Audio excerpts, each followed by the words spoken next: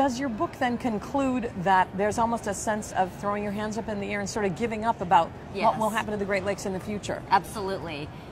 We don't like that at the Great Lakes Bureau. Right. I mean, we want people to know there are things you could do to protect your Great Lakes. We want to explore, you know, the beauty of the Great Lakes and connect to the Great Lakes and let people know how much they mean to you. Right. It kind of sounds like there's an apathy you're hearing Well, about. so my PhD was actually called The Myth of Apathy.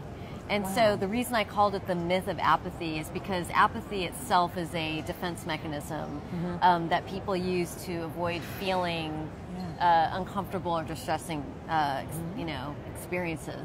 So my recommendation when we want to enhance a relationship and connection with the Great Lakes is that it's very important to allow people the ability to convey and express however they're feeling about it and not just jump to let's celebrate.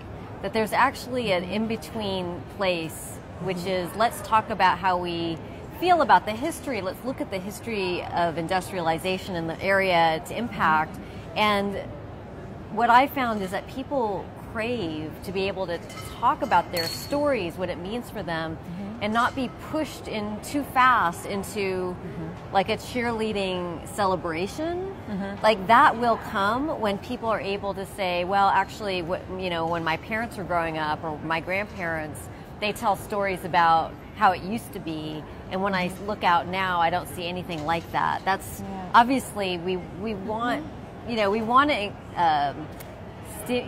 motivate and excite people, but what I find over and over again in environmental work is that we skip over this really critical piece, which is let's just talk about how you're feeling about it. And however that is, it's completely fine.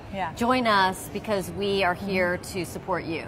Does that make sense? It does, and I look so forward to reading your book, Dr. Renee Lertzman. Thank you so much for talking to us. Say the name of your book again. Environmental Melancholia. So we will definitely be checking that out, and we want to keep in touch with you at the Great Lakes Bureau. Maybe we could do something, perhaps bring you to Detroit to talk about your book. It sounds exciting. So thank you so much.